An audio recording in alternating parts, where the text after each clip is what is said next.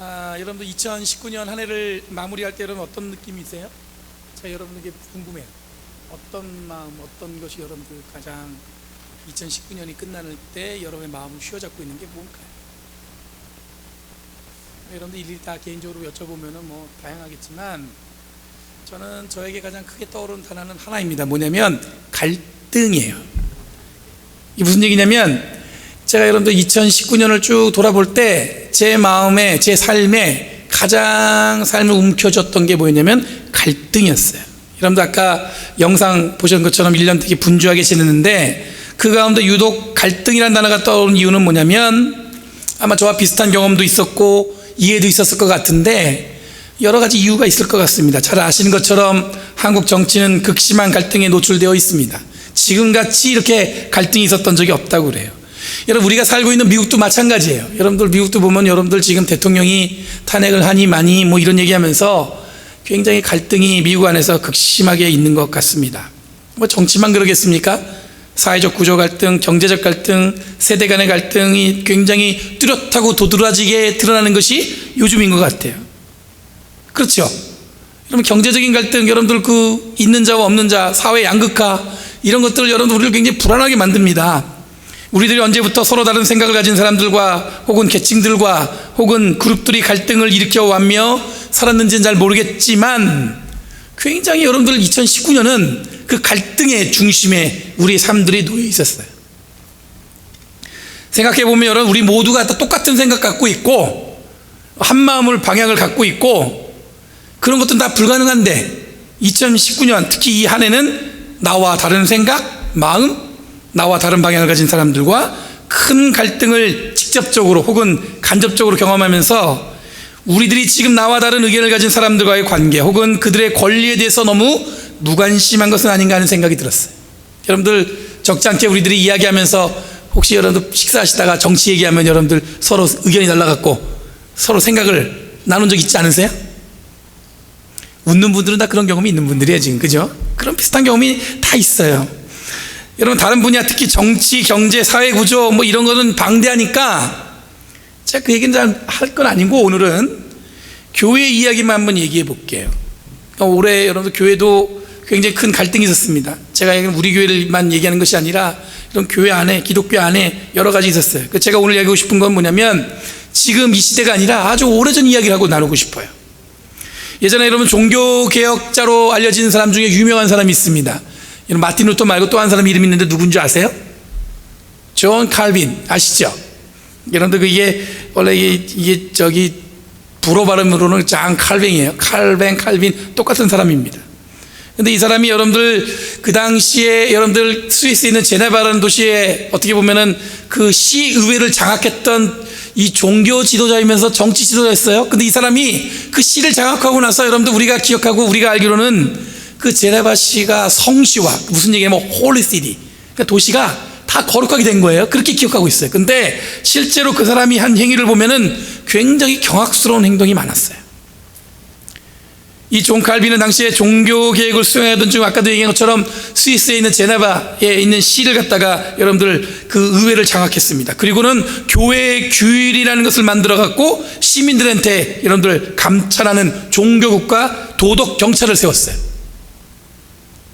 한번 생각해 보세요. 종교국이 세워가지고 이 종교의 어떤 그런 교리대로 살지 않은 사람을 어떻게 해요? 찾아서 딱지 끊는 거야. 이렇게 지금 여러분들 우리가 트래픽에서 여러분들 속도 위반하면 경찰이 딱지 끊는 것처럼 그 당시에 보니까 저 사람이 지금 뭐 하는 거야? 거룩하지 못하네? 하면서 뭐 하는 거예요? 딱지를 끊는 거예요. 근데 여러분 딱지 끊는 수준 정도면 괜찮은데 그 당시에 여러분들 이 칼빈은 이 종교개혁을 완성하기 위해서 그 힘을 너무 어마어마하게 남용을 했습니다.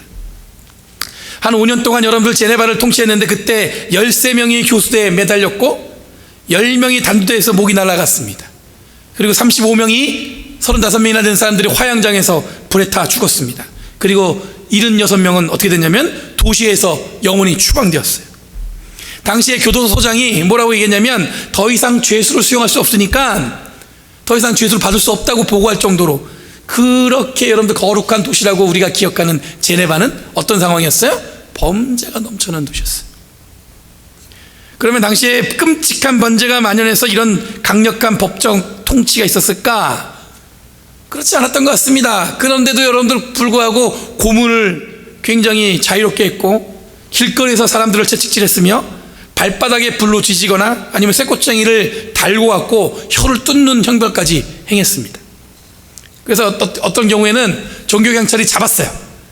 그러니까 이 사람이 너무 무서워갖고 차라리 잡힐 바에는 차라리 내가 스스로 목숨을 끊는 게 낫다고 생각해가지고 그냥 목숨을 끊는 경우도 있었다고 합니다. 그만큼 뭐예요? 굉장히 잔인하고 굉장히 엄혹한 시대를 보냈던 것 같아요. 이들의 범죄는 대개 이런 것이었습니다.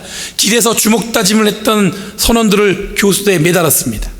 세례식에서 웃음을 짓거나 포도주를 걸고 도박을 했던 사람들, 이 도박도 큰 도박이 아니라 이 주사위 놀이예요. 그 한 사람들은 감옥에 가두었습니다.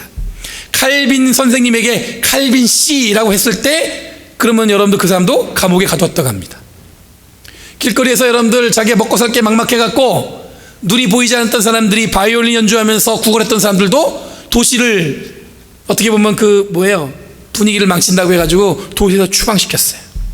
술에 취해서 칼빈을 욕했던 사람은 쇠꼬챙이를 달고 가갖고 그 혀에다가 쇠꼬챙이를 꽂아 놓습니다. 끔찍하죠. 칼빈 선생님을 칼빈 씨라고 했다고 감옥에 가두고. 여러분, 칼빈의 이런 공포 정치의 정점은 1553년 10월에 스페인 출신의 신학자인 미카엘 세르베투스를 불태워 죽이는 것으로 정점에 이르러요. 이 세르베투스는 단지 뭐냐면 신학적인 견해가 달랐어요.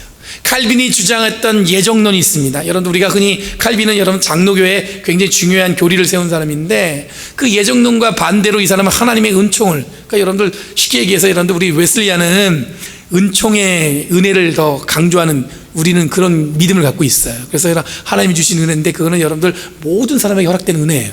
근데 그 당시에 이 신학자 미카엘이 이 칼빈과 이 얘기가 완전히 다른 얘기란 거예요. 그러니까 여러분 어떻게 했냐면 그 사람들 편지 썼는데 그 편지를 근거로 어떻게 했냐면 불에다가 태워 죽였어요. 이런 간단히 보면 여러분들 서로 바라보는 것이 그리고 생각하는 것이 이해하는 것이 달랐다고 해서 칼빈은 자기가 가진 권력을 이용해서 어떻게 해요? 미카엘을 정죄하고 죽인 것입니다. 여러분, 극단적인 이야기지만 여러분들 갈등을 오해하거나 지나치게 힘으로 갈등을 조절하려고 할 때 이런 어마무시한 폭력이 표출되기도 합니다. 여러분, 2019년에 제가 갈등을 화두가 되었다고 말씀드린 것은 목사인 저로서는 바로 이런 어마무시한 폭력에 우리들이 노출될 수도 있다는 그런 걱정이 생겨서인 것 같습니다. 굉장히 근심했어요. 혹시 광화문에서 사람들이 막 싸워서 다치기라도 어떡하나, 서로 갈등하다가 싸우다가 우리 교인들끼리 정말 다시 안 볼 것처럼 싸우면 어떡하나. 왜냐하면 그런 이슈들이 우리를 계속 괴롭혔습니다.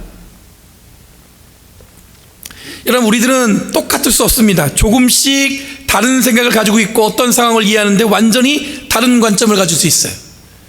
남편하고 부인하고 여러분들 똑같은 생각 갖고 사시는 분 계세요? 어머, 당신이 얘기가 내 얘기야 이러면서 서로 막 하이파이브하고 야, 그런 분 계세요? 어쩜 이렇게 달라? 너무 달라. 그죠? 맞아요. 같이 살아간다는데 여러분들 우리가 같은 생각, 같은 의견, 같은 마음을 품는 건 여러분 쉽지 않습니다. 그런데 여러분들 그렇다고 해서 나와 다르다고 해서 여러분 상대방이 틀렸다고 얘기하는 것도 틀린 거예요.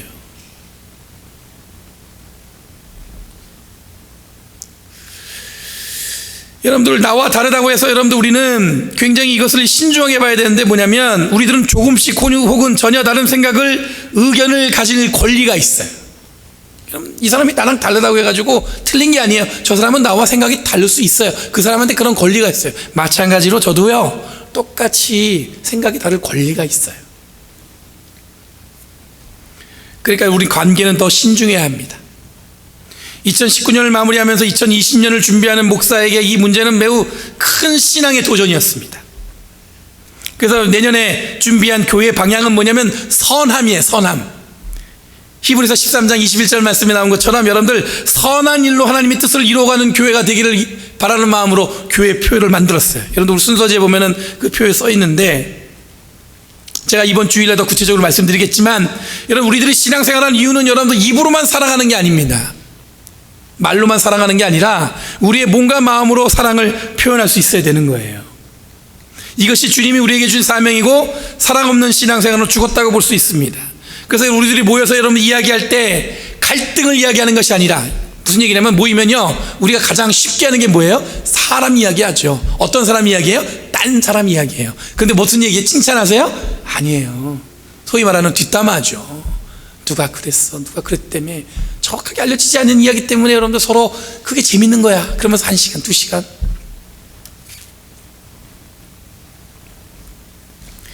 여러분, 그런 갈등과 누군가를 이야기하지 않고 여러분들 같이 모였을 때 우리는 무엇을 노력하는 거냐면 선함을 이야기하고, 우리들이 서로에 대해서 이야기할 때 다른 점이 있어도 서로를 격려해주고 인정해줄 수 있는 여유를 갖는 것이 우리들이 이 땅을 살아가는 마땅한 그리스도의 삶이라고 저는 고백하고 싶습니다. 어쩌면 그렇게 나랑 생각이 틀릴 수가 있어요. 참 기발하네요, 이렇게 얘기할 수 있잖아요. 아니 어떻게 그렇게 생각해? 이게 아니라, 그렇죠? 어쩌면 그런 생각을 갖고 있을 수 있을까요? 근데 우리 대부분 여러분들 그렇게 못해요. 왜냐면 우리는 어떻게 해요? 화가 먼저 나오죠. 도대체 말이야, 저 사람 무슨 생각을 하고 있는지 모르겠다고. 근데 여러분, 제가 여러분들 부탁드리고 싶은 거는 내년에는 저희 교회가 선함을 통해서 모이면 늘 여러분들 인정해 주는 거 훈련하는 거예요. 야, 너무 잘했다. 못생겼어도 너무 이쁘다. 이쁘지 않아도 진짜 넌 최고다. 여러분, 오늘 이 본문 전도서는 여러분 헛되고 헛되다, 즉 여러분 삶의 뿌리를 제대로 찾지 못하면 이 삶이 얼마나 헛된가에 대한 이야기를 하는 그런 성경 말씀이에요. 특히 오늘 3장 말씀은 여러분들 나름 헛된 삶을 여러분들 청산하고 바른 삶을 찾은 것을 이야기하는 본문이라고 할 수 있습니다. 다시 말해서 갈등에 고립되어서 헛됨의 에너지를 빼앗기는 행위를 벗어나서 진정한 이 땅의 사람으로 우리들이 어떻게 살아야 할지 보여주는 말씀이라고 볼 수 있습니다. 우선 1절에 보면 여러분 세상에 전쟁이 깔려 있습니다. 세상은 이렇게 바라봐요. 뭐냐면 세상은 모든 일이 다 때가 있다고 이야기하는데, 세상은 그냥 이것을 일어나는 일마다 알맞는 때가 있다 정도로 여러분 세상은 이해해요. 그냥 그때가 되면 그냥 일어나겠지. 그러니까 세상이 전제하는 건 뭐냐면 때가 되면 그냥 그 일은 일어나겠지예요. 그래서 2절에서 8절에 보면은 이 때들을 나열합니다. 삶의 일상적인 때, 좋은 때도 있지만 나쁜 때도 있고, 이 명확하게 그게 여러분들 어떻게 보면 삶이 늘 좋은 게 아니라 나쁠 수도 있다, 이런 얘기도 하고 있어요. 근데 이런 때를 살펴보니까 하나의 깨달음을 얻게 되는데, 9절에 보니까 이 때를 경험하다 보니까 뭐냐면 사람이 애쓴다고 해서 이 때가 바뀌지 않는다는 거예요. 내가 지금은 반드시 기분 좋을 때인데 이 때를 내 마음대로 기분 좋아지지가 않아. 여러분 그런 분 계세요? 지금 막 뭔가를 해야 되는데 내가 막 기분이 너무 안 좋은 상황이에요. 안 좋은 때야. 근데 내가 지금 빨리 기분 좋게 만들어야지. 만들어줄 수 있으면 손 들어보세요. 역시 아무도 없죠. 때를 인간이 조절할 수 없어요.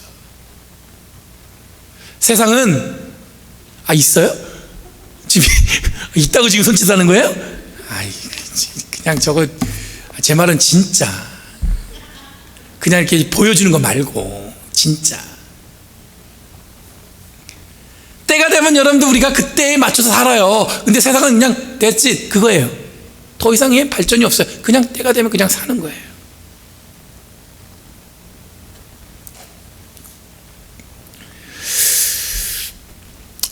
세상이 정한 때를 인간이 무슨 수로 그 때를 바꿀 수 있냐? 이건 당연한 것입니다. 그런데 이런 줄 알았던 삶이, 이런 이해로 가득 찬 삶이 10절에 보니까 뭐라고 나오냐면 이제 보니 이란 말로 시작해요. 10절 말씀 한번 띄워줘 보시겠어요? 이제 보니 이 모든 것은 하나님이 수고하라고 지으신 짐이라는 깨달음을 얻게 되었다. 사람은, 인간은, 세상은 여러분 뭐냐면 우리가 때가 되면 그냥 우리가 인간이 아무런 노력을 해도 이게 뭔가 바뀌지 않는데, 나중에 보니까 이제 보니 이 모든 것은 하나님이 사람에게 수고하라고 뭐 한 거예요? 지으신 것이더라.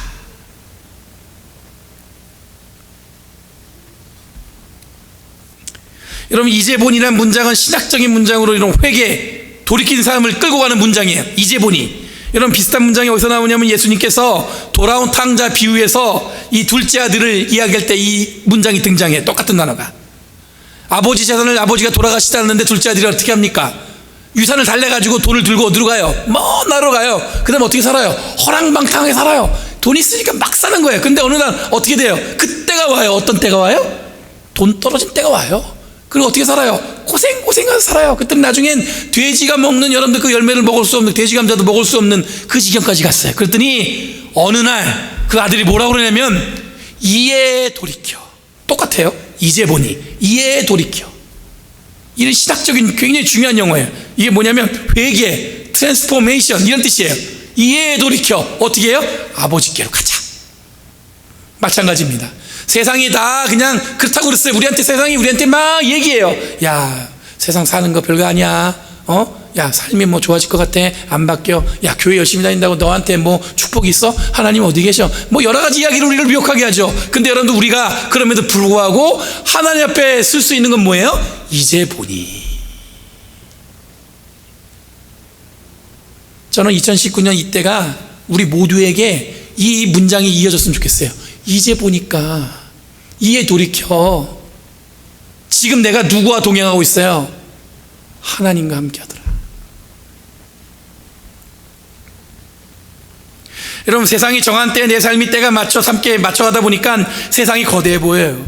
어떻게 할 수 없는 것처럼 보입니다. 그런데 이제 보니까, 즉 절대적 진리인 양, 절대적 힘을 가진 것인 양 했던 그 세상의 모든 것들이 한번 돌아보니까 그게 뭐예요? 대단하지가 않아요. 아무것도 아니야. 근데 우리는 착각해요. 그게 우리 삶을 움켜줘서 절대로 못 벗어날 것처럼 생각해. 근데 돌이켜서 이제 보니까 누가 보여요? 하나님이 나에게 지으신 뭐가 보여요? 짐이 보이는 거예요. 이게 나에게 주어진 거구나. 이게 하나님이 하시는 거구나. 여러분, 회개의 삶을 결정한 자가 이 세상의 때를 하나님이 사람에게 수고하라고 지으신 짐이라고 고백합니다. 때를 계산하고 돌이켜보는 것을 하나님이 우리 인간에게 준 감각이라고 고백하고 있습니다. 그러니 돌아보고 내다보고 어떻게 삶을 살지 고민해야 되는데 전부 깨닫지 못한대요. 그래서 다시 한번 깨닫는 게 뭐냐면, 12절에 보면 기쁘게 사는 것, 살면서 좋은 일을 하는 것, 사람에게 이보다 더 좋은 것이 어디 있느냐라고 얘기하고 있어요. 세상은 우리를 자꾸 움켜쥐려고 하는데, 이제 뭐예요? 우리가 하나님이 우리에게 주신 짐 때문에 우리는 뭘 할 수 있어요? 이젠 기쁘게 살 수 있는데, 기쁨이 어디서 나오냐면, 이제는 뭐예요? 사람에게, 내가 아닌 다른 사람에게 좋은 일을 하는 거예요. 저기서 보면 살면서 좋은 일을 하는 것은 여러분들 나 혼자 나 좋으라고 하는 일이라는 얘기가 아니라 다른 사람에게 좋은 일을 하는 걸 얘기하는 거예요. 나만 얘기하는 게 아니라 누군가에 대해서만 얘기하는 거예요. 그럼 어떻게 돼요? 우리가 기쁘게 된다. 여러분, 다시 말해, 때라는 시간의 개념이 개인적으로만 사용되는 것이 아니라 전적인 타자, 누군가를 생각하고 배려하면서 좋은 일을 하는 것만큼 기쁜 일이 어디 있겠냐는 거예요. 그렇기 때문에 여러분들, 우리가 모이면 뭐 하는 거예요? 좋은 일, 누군가를 위해서 선한 마음을 가지고 그 사람을 늘 어떻게 해요? 험담하는 게 아니라 뭐 하는 거예요? 칭찬하고 격려하고 위로하고 기도하고, 그 마음에 한번 손을 한번, 위로의 손바닥을 한번 만져주고. 여러분, 우리가 신앙생활 하면서 뭐 대단한 열매 기대하는 거 아닙니다. 우리들이 깨닫는 것은 나와 다르고, 나와 방향도 다르고, 성격도 다르고, 느낌도 다른 사람과 죽어라고 갈등하면서 사는 것을 맞다고 여기지 않고, 이제 보니까, 혹은 이에 돌이켜 보니까 다른 사람이 나와 다르게 이야기할 권리를 인정하고, 내가 또한 가진 생각도 인정하고, 그럼에도 불구하고 누군가를 돕기 위해 삶을 드리는 것이라면 이보다 기쁜 삶이 없음을 보여주는 것이 우리들이 소망하는 기독교인의 삶이에요. 여러분, 2019년 갈등이 우리들의 삶을 움켜쥐었다면, 거대하게 정치, 경제 이럴 거 없이 여러분 안에, 혹시 여러분 가슴을 갖다가 휘어잡고 여러분을 굉장히 불편하게 하고 여러분을 굉장히 힘들게 하고, 그런 것들이 여러분들 아직 여전히 여러분들 우리의 마음에 붙들려 돼가지고 이걸 어떻게 해야 되나 고민하고 있다면, 오늘 아까 얘기한 것처럼 이제 보니까, 이에 돌이켜, 하나님이 우리에게 지어주신 짐인데, 그게 뭐냐면 더 큰 사랑을 나눌 수 있는 선물을 우리에게 주셨다는 것을 확신하시며 이 땅에 살아가는 저와 여러분이 되길 간절히 바랍니다. 저는 여러분들 우리가 선한 행위를 통해서 우리가 밟고 있는 이 땅의 토양을 바꿔나가길 원합니다. 이 땅에 더 이상 여러분들 그런 말도 안 되는 세상에 흔들리는 그 움켜짐 때문에 여러분들 우리가 이런 것도 포기하고 저런 것도 포기하고 그러지 않고 우리가 밟고 있는 이 땅을 토양을 바꿔갖고 하나님이 우리에게 열매를 주셔서 씨앗을 주셨다면 거기서 열매를 맺을 수 있는 그런 은혜의 자리를 만들어가는데 저와 여러분들이 함께 했으면 좋겠습니다. 2019년 갈등이 우리를 휘어잡았다고 저는 생각했지만 2020년 그 너머에 이제 보니까 이에 돌이켜보니까 하나님이 나에게 뭐 하신 거예요? 짊어주신 짐이었어요. 그냥 지고 가면 되는 거예요. 질 수 있으니까 주신 거예요. 더불어 함께 여러분들 아름다운 공동체 세워나가는 저와 여러분들이 되길 바랍니다. 그리고 여러분의 삶 또한 그것에서 벗어나셔서 하나님의 무한한 사랑과 은혜 가운데 동행하시는 저와 여러분들이 되길 바랍니다. 기도하겠습니다. 거룩하신 주님 감사합니다. 오늘도 변함없이 주님이 주신 은혜와 사랑 가운데 있게 주심을 감사드립니다. 말씀이 생명이 되어서 우리에게 더 큰 은혜로 다가와 주시고 우리가 생각한 것보다 가까이서 우리의 삶에 이에 돌이켜 이제 보니까 하나님이 우리에게 주신 짐, 그 모든 것이 은혜이고 은총임을 저희가 고백합니다.